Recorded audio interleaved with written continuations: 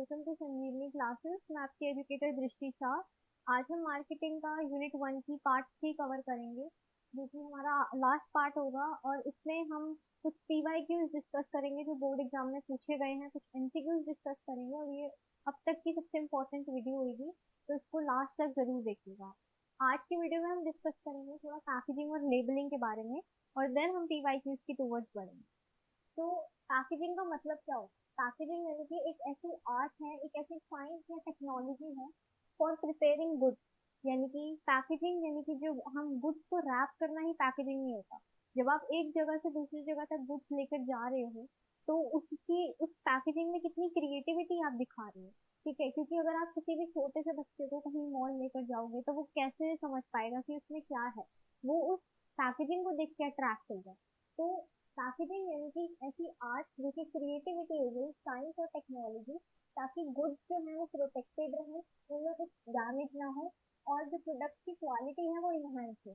सबसे पहला इसमें सबसे इम्पोर्टेंट आता है अट्रैक्टिवनेस, कि इस पैकेजिंग में होती है बायर साइकोलॉजी। बायर साइकोलॉजी और फिजिकल एट्रीब्यूट, पैकेजिंग में ये मेन इम्पोर्टेंट होता है, बायर साइकोलॉजी और फिजिकल एट्रीब्यूट।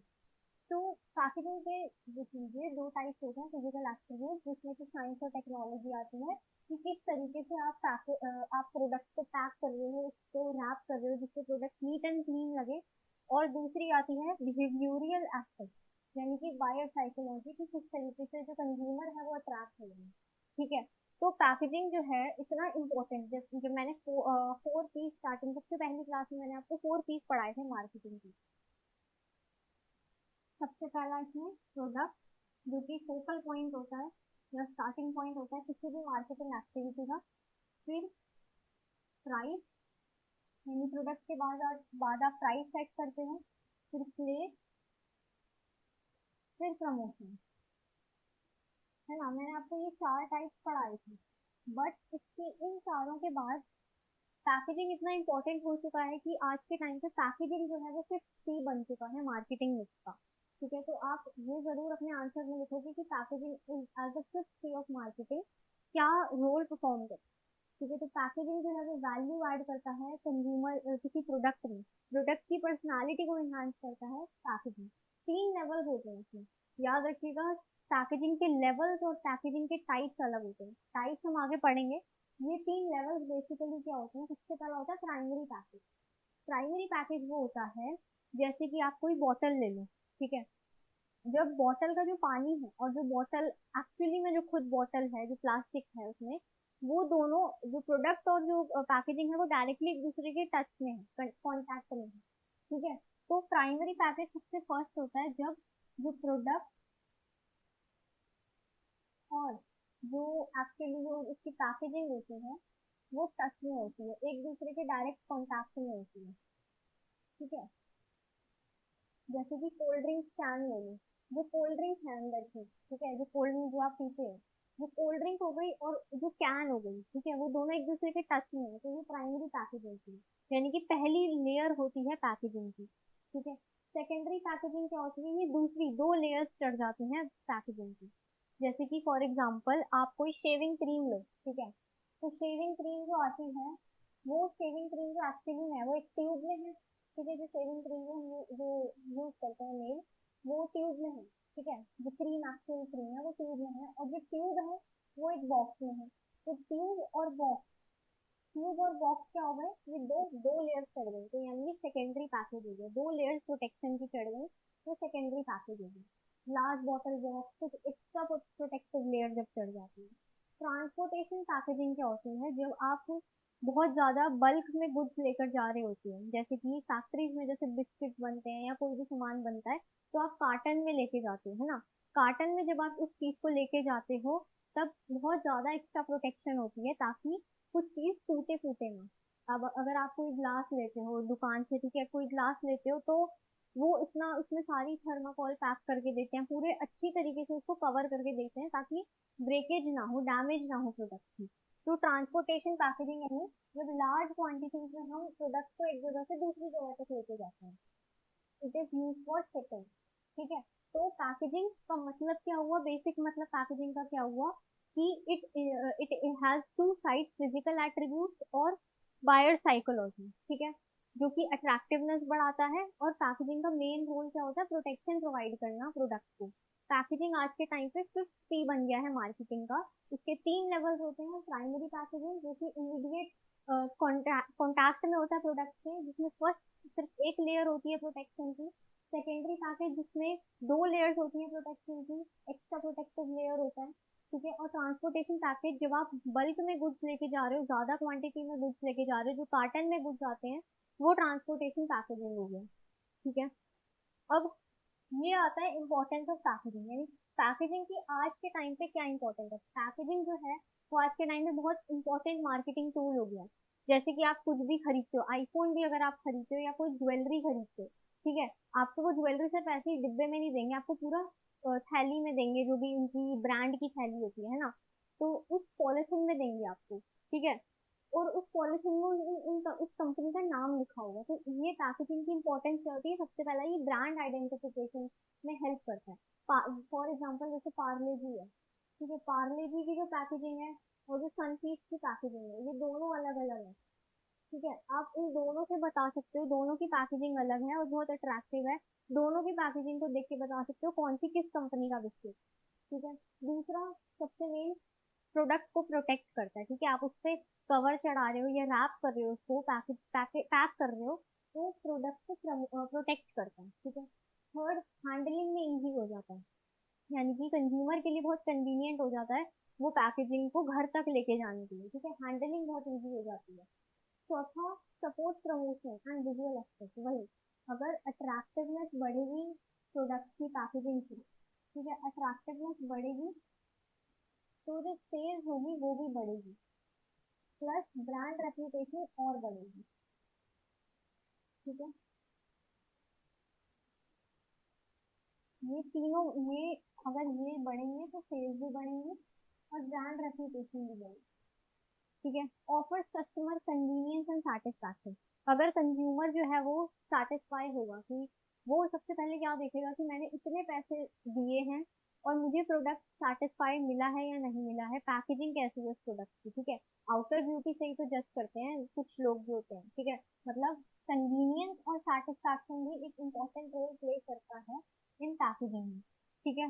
फिर है हेल्थ इंक्रीज सेल्स, यही बात जो मैंने बताई, अगर पैकेजिंग जितनी ज्यादा अच्छी होगी, जितनी ज्यादा अट्रैक्टिव होगी, सेल्स बढ़ेगी, ठीक है, कस्टमर की सेटिस्फैक्शन बढ़ेगी, ब्रांड लॉयल्टी बढ़ेगी, राइट। तो उसके बाद है प्रोडक्ट की यूजेबिलिटी बढ़ाता है, यानी कि कुछ लोग होते हैं कि जो भी प्रोडक्ट में पैकेजिंग आई, जैसे कोई थैली आई हमारे पास, ठीक है, पैकेजिंग की, उस थैली को हम पैक, जैसे जो जिप लॉक्स आते हैं, ठीक है, मेरे जैसे कुछ लोग होते हैं जो जैसे जिप लॉक्स आते हैं, उनको संभाल के रख लेते हैं या उनका दूसरा ऑल्टरनेटिव यूज करते हैं, ठीक है। तो पैकेजिंग को ये होता है ना कि नहीं, ये रैपर मत, मेरे को बहुत अच्छा लग रहा है, इसको हम आगे कहीं यूज कर लेंगे। तो पैकेजिंग क्या करते हैं, प्रोडक्ट की यूजेबिलिटी यानी ऑल्टरनेटिव यूजेस को भी प्रमोट करते हैं, ठीक है।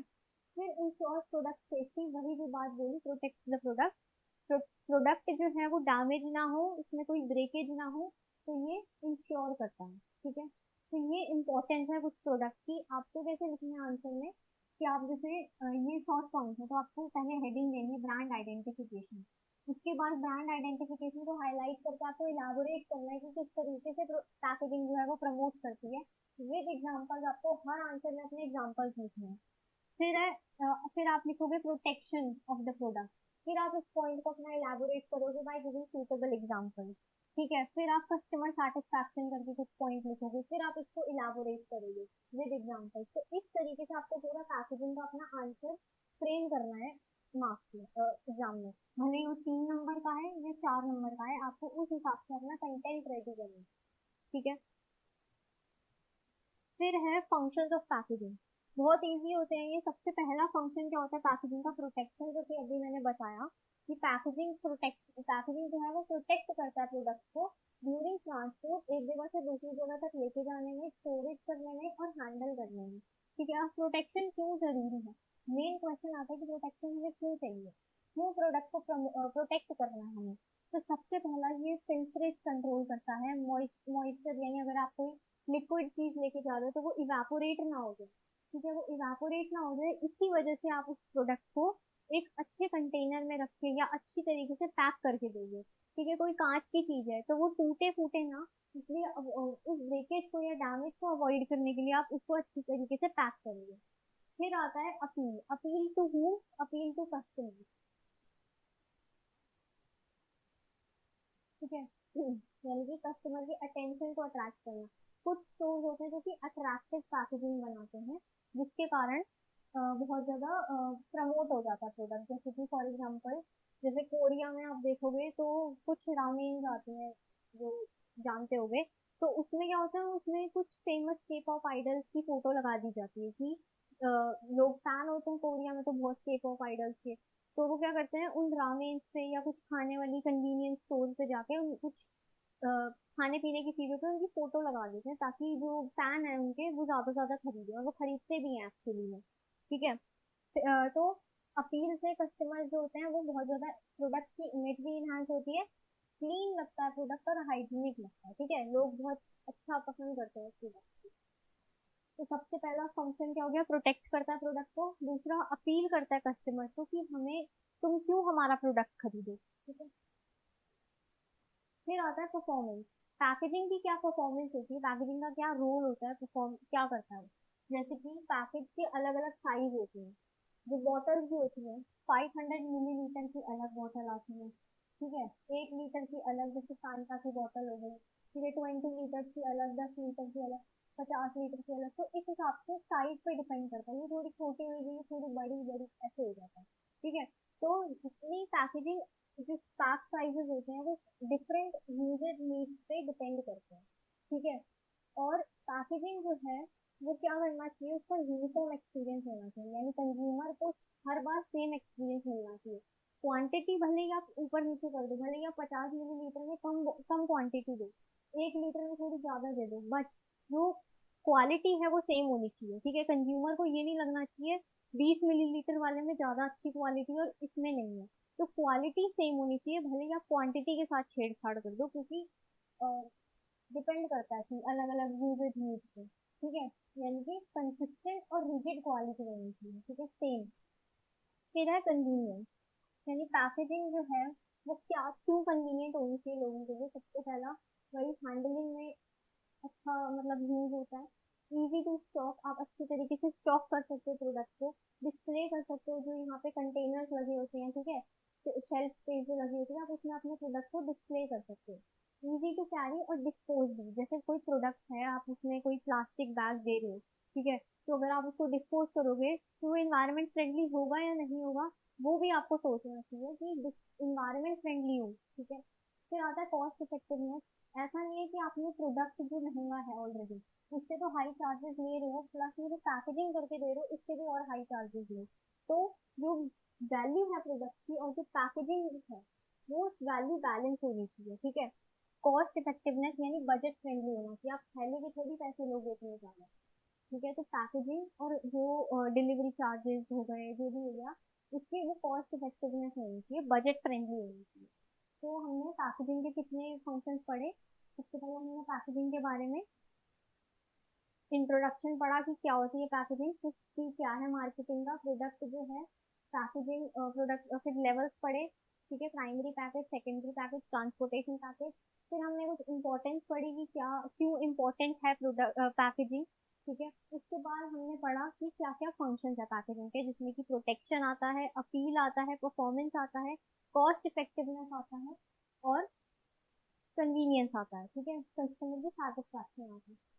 अब टाइप्स ऑफ पैकेजिंग, किस तरीके की पैकेजिंग है, मैंने पहले ही बताया था, लेवल्स ऑफ पैकेजिंग 3 होते हैं, प्राइमरी लेवल, सेकेंडरी पैकेजिंग और ट्रांसपोर्टेशन। टाइप्स अलग होते हैं।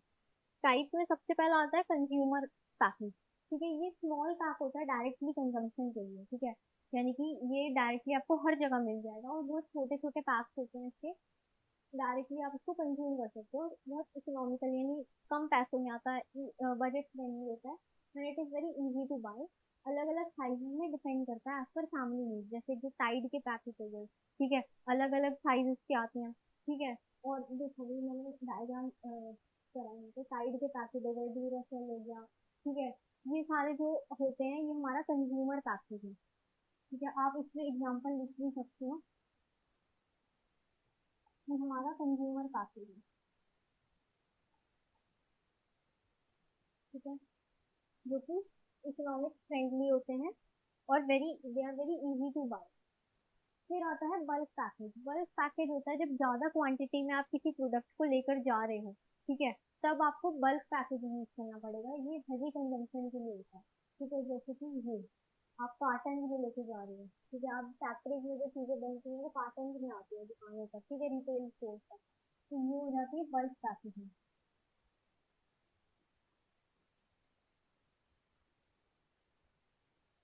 ठीक है,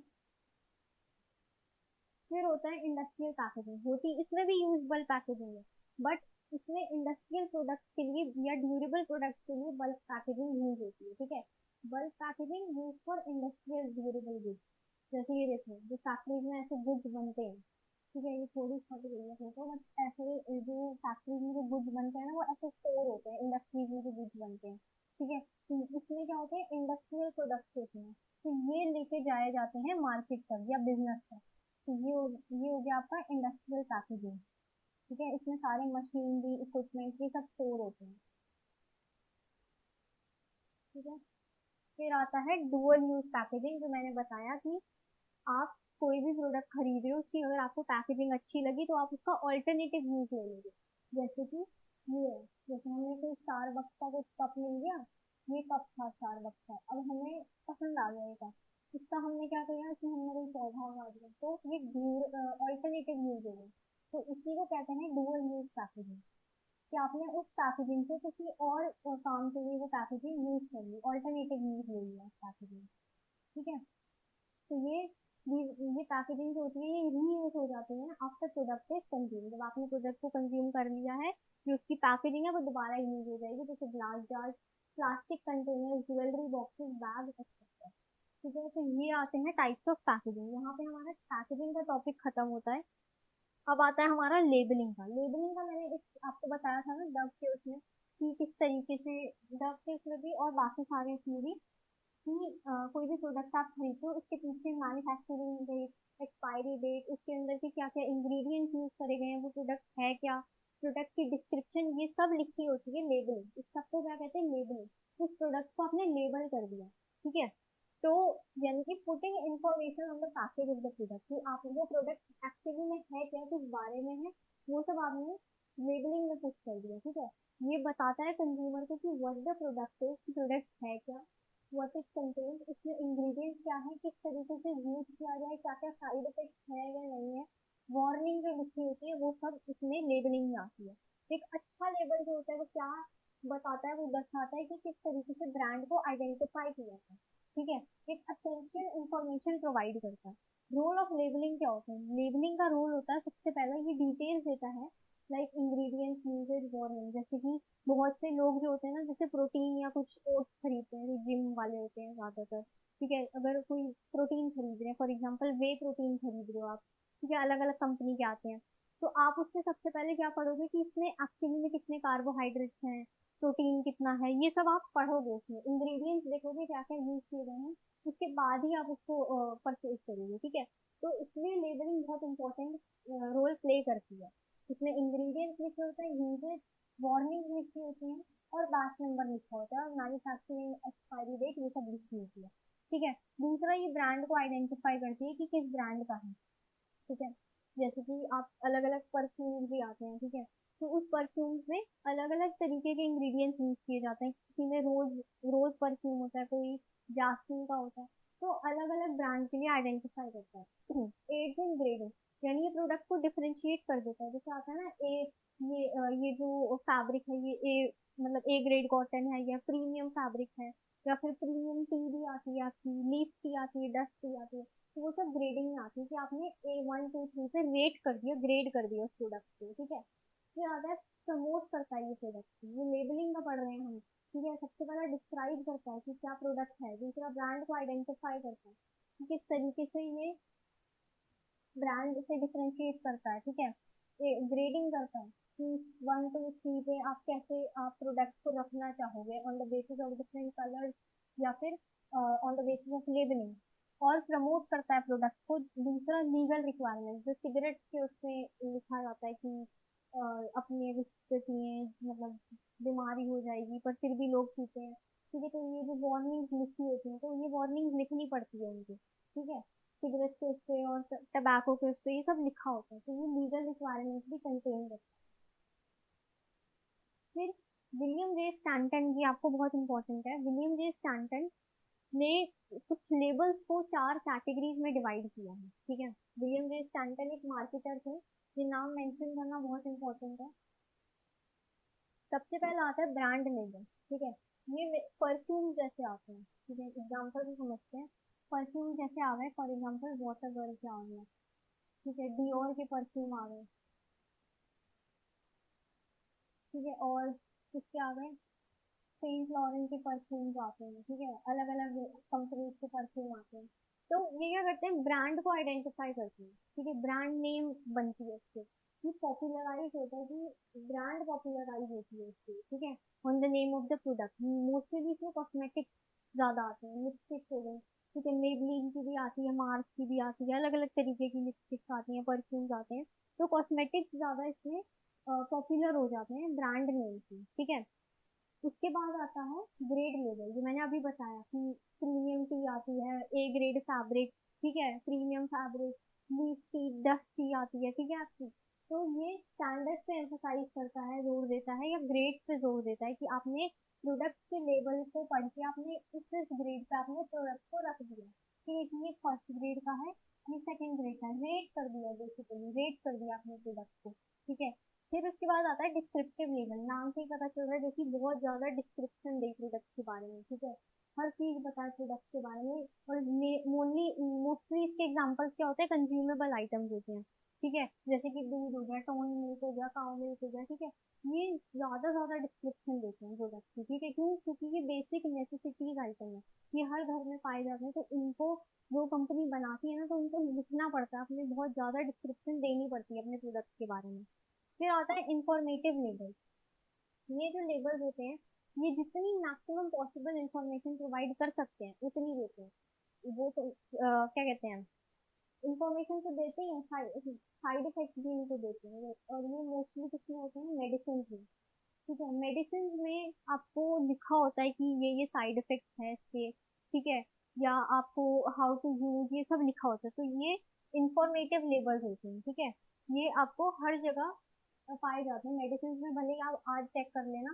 ठीक है, आपको लिखा होगा उसमें कि क्या क्या इसके साइड इफेक्ट्स हैं, हाउ टू यूज। ठीक है, और किसी में किसी किसी प्रोडक्ट में आता है कि keep away from children, flammable हो सकता है। ठीक है, कि आंखों से दूर रखें, avoid touch, avoid the contact with I और फेस, ये सब आता है। तो ये होते हैं इंफॉर्मेटिव लेबल।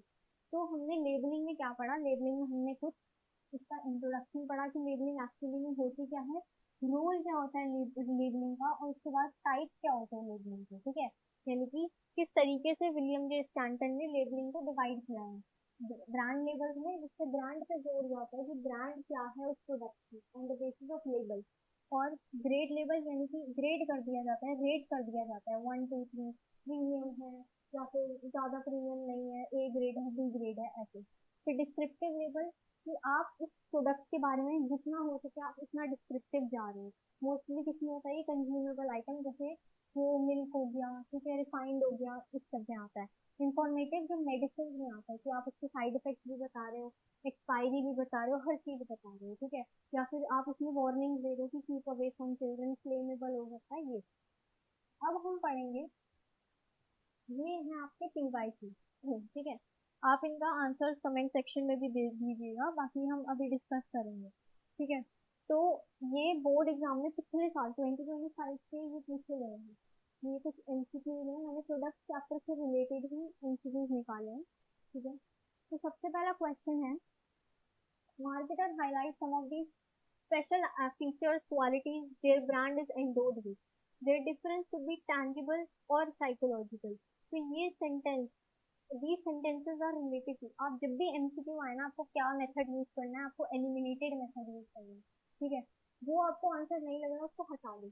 ये सबसे मोस्ट बेसिक तरीका होता है एमसीक्यू को सॉल्व करने का। ठीक है, अब इसमें क्या बोला है, कुछ मार्केटर्स जो होते हैं वो कुछ जो प्रोडक्ट के एट्रीब्यूट्स होते हैं, इनके जो फीचर्स जो क्वालिटीज होते हैं उनको हटा देते हैं, जो स्टैंड आउट कराते हैं कॉम्पिटिटर्स से। तो मैंने बताया था जेनेरिक प्रोडक्ट क्या होता है, जिसमें कोई ब्रांड नहीं होती, ठीक है, जो खुले ऐसे दिखते हैं, जैसे क्या हो गया आपका, आटा हो गया, चावल हो गया, तो ये जेनरिक, तो जेनरिक से तो ये बिल्कुल लेना देना ही नहीं है।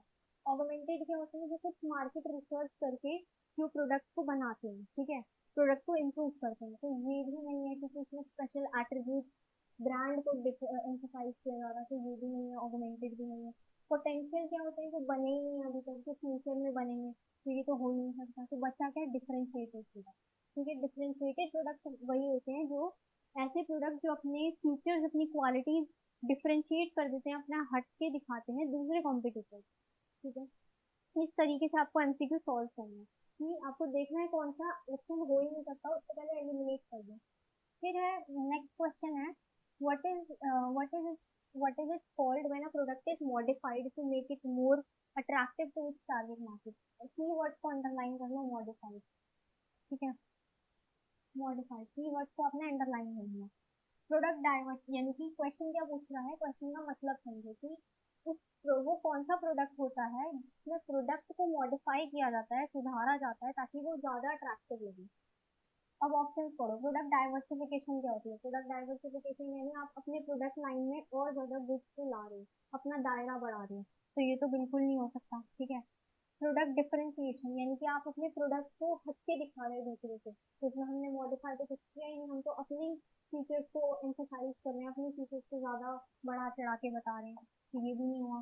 प्रोडक्ट स्टैंडर्डाइजेशन यानी कि आपने स्टैंडर्ड फिक्स कर दिए कि यहाँ पे लार्ज साइज मिलेगा, मीडियम साइज मिलेगा, फिर प्रोडक्ट स्टैंडर्ड फिक्स कर दिए, ये भी नहीं होगा, तो मॉडिफाइड कहाँ आएगा, प्रोडक्ट मॉडिफिकेशन में, तो answer will be product modification, जिसमें आप अपने प्रोडक्ट को सुधारते हो, मॉडिफाई करते हो, ताकि वो ज्यादा अट्रैक्टिव लगे, टारगेट मार्केट को ज्यादा अट्रैक्टिव लगे।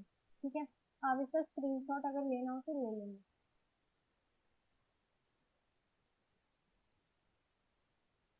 ठीक है, तो नेक्स्ट है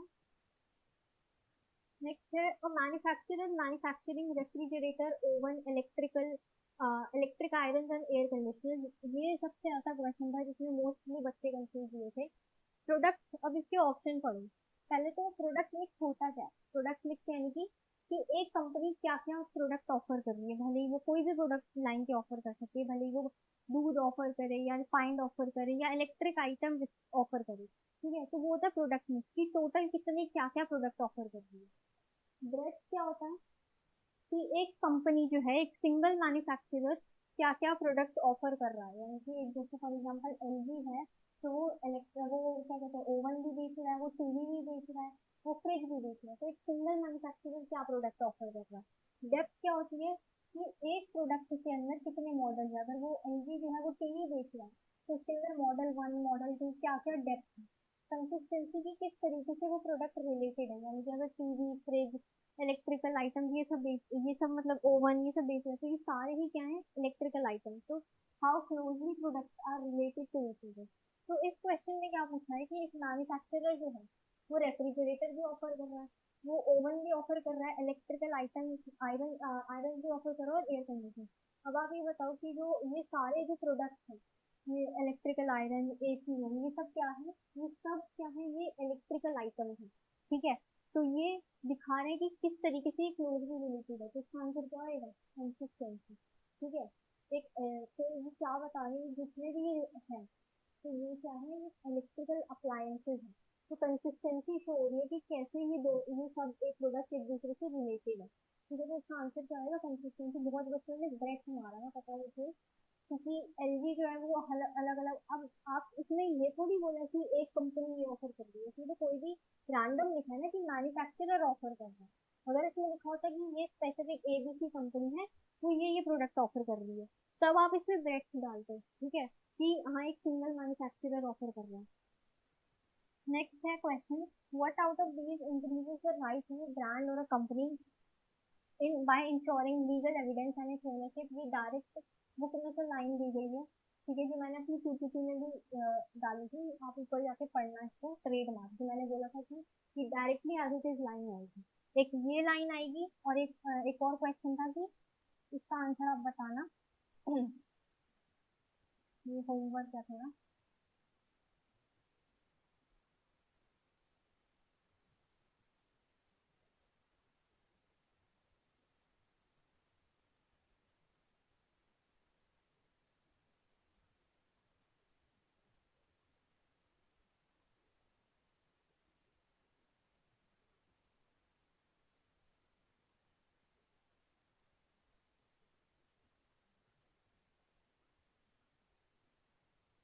ये होमवर्क है। तो ये बताना कि dash is a part and parcel of a product, किस चीज को कहा जाता है, क्योंकि ये मैंने बोला था कि directly as it is line इससे आएगी।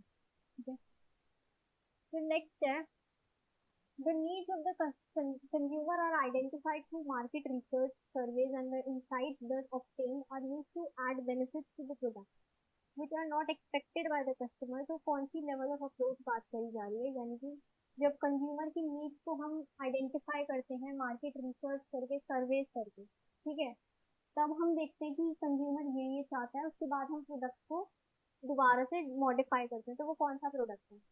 ये पीपीटी में मैंने एज इट इज लाइन दी थी, ऊपर वाली पीपीटी में आप देखना चाहते हैं, ऑगमेंटेड प्रोडक्ट की दी थी। अब इसको एलिमिनेट कैसे करोगे? कोर प्रोडक्ट क्या होता है, जो कि मोटिव बताता है कि हम प्रोडक्ट क्यों खरीद रहे हैं, ये तो नहीं हो सकता। ब्रांडेड प्रोडक्ट जो ब्रांड को दिखा रहा है, तो ये भी नहीं, यहाँ पे ब्रांड का कुछ बात ही नहीं है।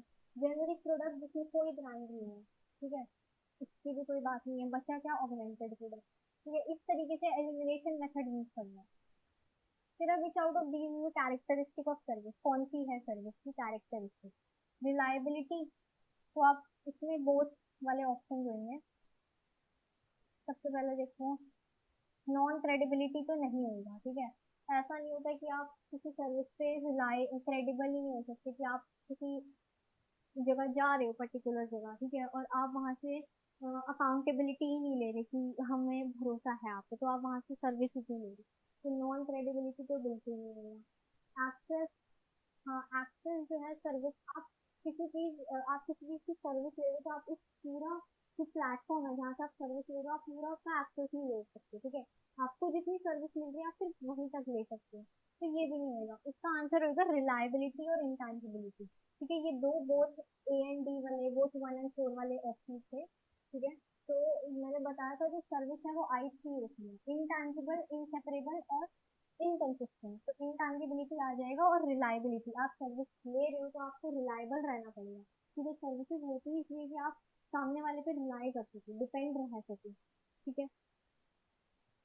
फिर है, name the element of a marketing mix which is the starting point of planning. बहुत इजी है, ये भी आप कमेंट सेक्शन में बताओगे, ठीक है। Identify the type of product which is easily available and obtainable at the low price.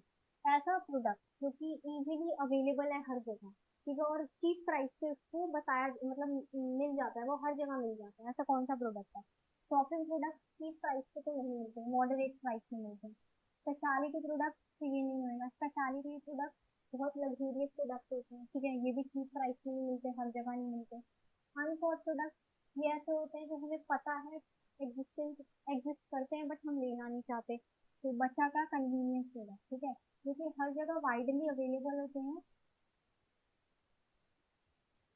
Widely available होते हैं और हर जगह लो प्राइस में मिले जाते हैं, जो चीप होते हैं, ठीक है। ये मॉडरेट होते हैं, ये थोड़े लग्जूरियस होते हैं, ठीक है, ये हाई प्राइस पे मिलते हैं, और ये एग्जिस्ट तो करते हैं बट हम लेना नहीं चाहते अभी, exist but don't want to purchase,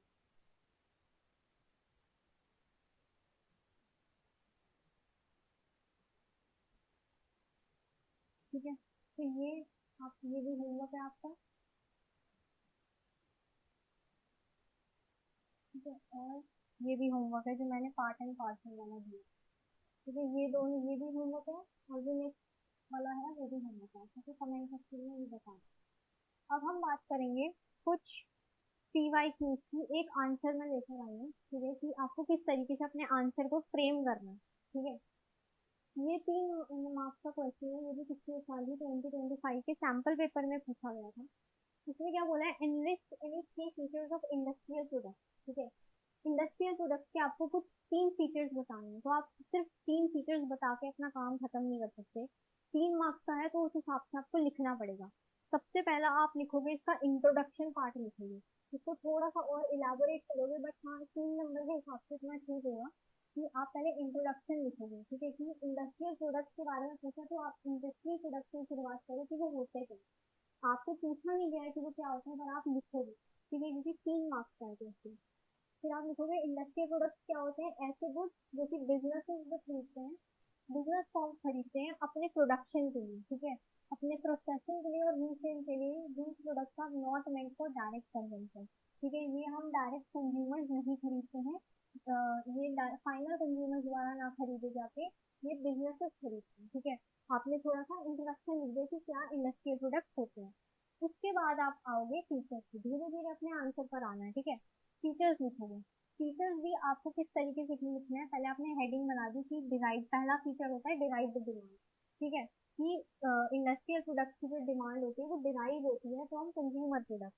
derive demand आपने हेडिंग दी थी, उसके बाद आपको इसके भी सब पॉइंट्स एक्सप्लेन करने हैं विद एग्जांपल, ठीक है। तो इसमें वही एक्सप्लेन किया है कि इंडस्ट्रियल प्रोडक्ट जो है वो खुद उनकी खुद की अपनी इंडिपेंडेंट डिमांड नहीं होती, ठीक है। Their demand depend on the demand of for consumer goods, उनकी जो डिमांड होती है वो कंज्यूमर गुड्स पे डिपेंड होती है। If demand for furniture rises, अगर एग्जांपल दिया, देखो यहाँ पे आपको एग्जांपल ऐसे करके लिखना है कि अगर फर्नीचर की डिमांड राइज होगी तो वुड की डिमांड, स्क्रूज की डिमांड, एडहेसिव की डिमांड, ये सब मशीन की डिमांड बढ़ेगी, यानी इंडस्ट्रियल प्रोडक्ट की डिमांड बढ़ेगी अगर कंज्यूमर की डिमांड बढ़ेगी, ठीक है।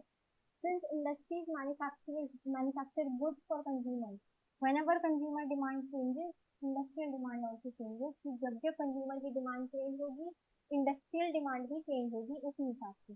आप इसके आगे पता है क्या कर सकते हो, इसके आगे आप ये लिख सकते हो थोड़ा फ्लो चार्ट अपने आंसर को और अट्रैक्टिव बनाने के लिए, कि कंज्यूमर डिमांड को आपने नोट कर दिया CD से, CD1, ठीक है, और इंडस्ट्रियल डिमांड को आपने डिनोट कर दिया ID1 से, ठीक है, ये आपको दिखाने के अपने डिनोट किया। अब आप कैसे दिखाओगे, कंज्यूमर की डिमांड अगर बढ़ रही है तो इंडस्ट्रियल की डिमांड भी बढ़ेगी, एंड वाइसा वर्सा, अगर इसकी कम हो रही है तो इसकी भी कम होगी। तो ये क्या दिखा रहे हैं, एक दूसरे का पॉजिटिव रिलेशन दिखा रहे हैं। इस तरीके से आप थोड़ा शॉर्ट सा फ्लो चार्ट या डायग्राम बना के अपने आंसर को अट्रैक्टिव बना सकते हैं, ठीक है। ये आप इस तरीके से अंडरलाइन करना बहुत जरूरी है, ठीक है, कि आपने मेन वर्ड जो की वर्ड्स हैं, बट हाँ ऐसे कुछ कीवर्ड्स को अंडरलाइन मत कर देना जिसके लिए आप ही श्योर नहीं हो, ठीक है, क्योंकि एग्जामिनर क्या करता है वो अंडरलाइन वाला ही पकड़ता है कि आपने क्या अंडरलाइन करा। अगर आप श्योर नहीं हो कि आपने सही लिखा है नहीं लिखा और आपने उसी को अंडरलाइन कर दिया, तो आपके नंबर कटने के चांसेस होते हैं। एग्जामिनर को मौका दो कि वो जल्दी जल्दी आपके आंसर्स को पढ़े और नंबर ज्यादा दे, ठीक है, उसको इरिटेट नहीं करना एग्जामिनर को। दूसरा इसका पॉइंट है टेक्निकल एंड कॉम्प्लेक्स नेचर, ठीक है, इसके कुछ सब पॉइंट्स हैं। ये दूसरा फीचर है, टेक्निकल और कॉम्प्लेक्स नेचर के इंडस्ट्रियल प्रोडक्ट्स होते हैं। Industrial products are often technical, complex और स्पेशलाइज्ड नॉलेज चाहिए होती है इसके लिए। जो बायर्स हैं उनको इवेल्युएट करना पड़ता है कि प्रोडक्ट की क्या क्या स्पेसिफिकेशन है, यानी ड्यूरेबिलिटी, स्पीड, कैपेसिटी, ये सब आपको टेक्निकल इसमें लिखना है। Buying a machine requires understanding technical details, यानी अगर आप कोई मशीन खरीद रहे हो, ठीक है, तो आपको टेक्निकल डिटेल्स, टेक्निकल नॉलेज पता होनी चाहिए, जैसे कि horse power, efficiency, energy consumption, ये सब आपको पता होना चाहिए। और रॉन्ग परचेज, अगर आप गलत, देखो इसमें लिखा भी है कि अगर आप गलत खरीदोगे, अगर आप गलत परचेज करोगे तो पूरा प्रोडक्शन प्रोसेस अफेक्ट हो जाएगा। तो इसमें क्या लिखा है, इसमें अपने आंसर को देखो कैसे बताया है, पूरा इसने एक्सप्लेन करा है कि किस तरीके से इंडस्ट्रियल प्रोडक्ट फीचर है, इंडस्ट्रियल प्रोडक्ट का ये फीचर है। उसके बाद इसने इम्पैक्ट भी लिखा है, ठीक है, कि अगर आप गलत चीज करोगे तो क्या उसके कॉन्सिक्वेंस होंगे। तो इस तरीके से आपको अपने आंसर को लिखना है, ठीक है, हर चीज सोच के क्रिटिकली भी सोचनी है और पॉजिटिव नोट से भी खत्म करना है। फिर तीसरा पॉइंट लिखा है लिमिटेड नंबर ऑफ बायर्स की। जो इंडस्ट्रियल प्रोडक्ट होता है उसमें बहुत कम फ्यू बायर्स होते हैं, जैसे कि जो कंज्यूमर गुड्स में बायर्स होते हैं वो इंडस्ट्रियल प्रोडक्ट के मुकाबले बहुत कम बायर्स होते हैं, मतलब कंज्यूमर गुड्स के तो बहुत ज्यादा बायर्स होते हैं, ठीक है, क्योंकि हर कोई खरीदता है। इंडस्ट्रियल प्रोडक्ट के बहुत कम होते हैं क्योंकि ज्यादातर प्रोडक्शन वाले ही खरीदते हैं लोग, These buyers are usually large organizations such as factory, government departments, wholesaler, businesses because demand is specific and specialized. क्योंकि जो डिमांड है वो स्पेसिफिक है, यानी कि कुछ ही ग्रुप ऑफ जो लोग हैं वो खरीद रहे हैं इंडस्ट्रियल प्रोडक्ट, उनकी डिमांड स्पेसिफिक और लिमिटेड है, तो इसलिए लिमिटेड ग्रुप ऑफ बायर्स से खरीद रहे हैं। ठीक है, तो सेलर्स क्या करते हैं, सेलर्स लॉन्ग टर्म कॉन्ट्रैक्ट कर लेते हैं, स्ट्रॉन्ग रिलेशनशिप बना लेते हैं विद बायर्स, जिनको टेक्निकल जो कि टेक्निकल सपोर्ट प्रोवाइड करते हैं और इंडस्ट्रियल प्रोडक्ट को भी अवेलेबल कराते हैं। ठीक है, ये तीन फीचर्स हमने बता दिए। उसके बाद लिखना है कंक्लूजन की कंक्लूजन क्या है। इंडस्ट्रियल प्रोडक्ट्स जो है टेक्निकल हैं, बिजनेस ओरिएंटेड हैं और सिर्फ कुछ ही लोग खरीदते हैं, कुछ ही लिमिटेड नंबर्स ऑफ बायर्स इसे खरीदते हैं इन गुड्स को, और इनकी जो डिमांड है वो डिपेंड करती है डायरेक्टली ऑन कंज्यूमर, यानी कि डिराइव डिमांड है, making them essential for industrial production. तो किस तरीके से इसमें अपने कंक्लूजन को लिखा है, तो आपको अपने आंसर को किस तरीके से लिखना है।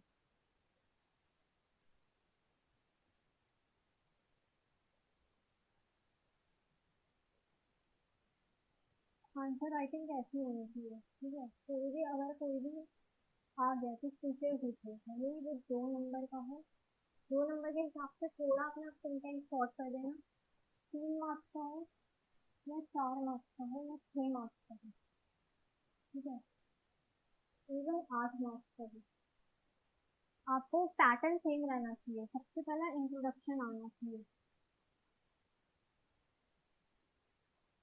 ठीक है, इंट्रोडक्शन क्या पूछना है उस बारे में, जिस चीज के बारे में पूछा है कि उसके फीचर्स बताओ या उसके एडवांटेजेस बताओ, उसी के बारे में लिखो कि वो एक्चुअली है क्या वो चीज। उसके बाद अपना कंटेंट को स्टार्ट करो, यानी अगर फीचर्स पूछना है कंटेंट से, इस क्वेश्चन में फीचर्स पूछना तो फीचर्स लिखो, features of the product are, उसके बाद पॉइंट में ये नहीं करना आपको, पॉइंट ये यूज करना है, बुलेट पॉइंट यूज करना है, ठीक है, ये वाले यूज करना है, ये ऐसे बिंदी, ये ऐसे ये नहीं यूज करना, बुलेट पॉइंट यूज नहीं करने, ये वाले पॉइंट यूज करने, नंबरिंग यूज करनी है, या फिर ए या बी ऐसे यूज करना है, या फिर ऐसे करके यूज करना है, ठीक है, इससे थोड़ा प्रोफेशनल लगता है आंसर। फीचर्स के अंदर भी सब पॉइंट लिखे, आर ओ डाल दो हमें, या फिर इसमें ए डाल दो, बी डाल दो, ठीक है, उसके बाद आपको उसका इम्पैक्ट लिखोगे, ठीक है, कि अगर इस जो भी पूछा है आपसे, अगर ये चीज गलत हुई या ये चीज अगर ज्यादा लोगों ने खरीदी तो उसका इम्पैक्ट क्या होगा, वो आपको इम्पैक्ट इसमें मेंशन करना है। फिर उसके बाद आपको उसमें क्या लिखना है, उसके बाद आपको उसमें कंक्लूजन लिखना है। अगर क्रिटिकली वैसे तो मार्केटिंग में पूछा नहीं जाता, बट ऑल सब्जेक्ट्स के लिए बता रही हूँ, अगर कुछ क्रिटिकली एनालाइज करके कुछ पूछा है तो आपको क्रिटिसिज्म अच्छे से लिखना है, क्रिटिसिज्म भी आपको पॉइंट्स में लिखना है, ठीक है, क्रिटिसिज्म भी पॉइंट्स में लिखना है, ठीक है। पैराग्राफ बहुत कम लोग पढ़ते हैं, किसी के पास टाइम नहीं होता पैराग्राफ आपके इतने सारे पढ़ने का, वो फोकस करो पॉइंट्स में ज्यादा, वो करो, ठीक है, पॉइंट्स में ज्यादा फोकस करो। उसके बाद जो क्रिटिसिज्म लिखने के बाद आपको कंक्लूजन जो है ना, वो पॉजिटिव नोट से खत्म करना है, क्योंकि आप ऑलरेडी उसको आलोचना कर चुके हो आप उस चीज की, ठीक है, कंक्लूजन आपको पॉजिटिव नोट के साथ खत्म करना है। जो भी जितना भी आप उस चीज के बारे में बुरा समझते हो या बोलते हो ना, आपको खत्म उसको पॉजिटिव एंडिंग के साथ ही करना है, हैप्पी एंडिंग के साथ ही खत्म करना है। तो ये होता है एक पैटर्न होता है ये, ठीक है, इस तरीके से आपको पैटर्न फॉलो करना है। आप मोस्टली फोकस करो पॉइंट्स पे, ज्यादा फोकस करो पॉइंट्स लिखो, ठीक है, फैक्ट पे ज्यादा फोकस करो, ठीक है, कंटेंट अपना अच्छा लिखो, कंटेंट आप भले ही जितने भी पेज भर लो, 6 नंबर के क्वेश्चन में, 4 नंबर के क्वेश्चन में जितने मर्जी पेज भर लो, कंटेंट अच्छा नहीं होगा मार्क्स नहीं मिलेंगे, ठीक है, कंटेंट को ज्यादा प्रेफर करो अपना, ठीक है, क्रिटिकली एनालाइज करो उस चीज को,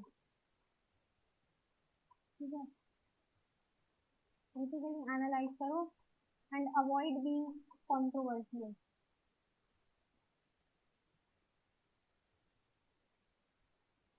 ठीक है, कुछ ऐसा आपको टॉपिक, कुछ ऐसी बात नहीं कह देनी है जिससे कंट्रोवर्सी हो जाए, ठीक है, क्योंकि आपको नहीं पता एग्जामिनर का क्या माइंड सेट है क्या नहीं है, तो आपको ये नहीं बताना कि आप हो क्या, ठीक है, आपको न्यूट्रल बी न्यूट्रल न्यूट्रल रह के आंसर लिखना है, भले मार्केटिंग हो या कोई भी सब्जेक्ट हो, और सब्जेक्ट का बता रही हूँ, ठीक है, तो ये होता है एक आंसर राइटिंग का फॉर्मेट होता है।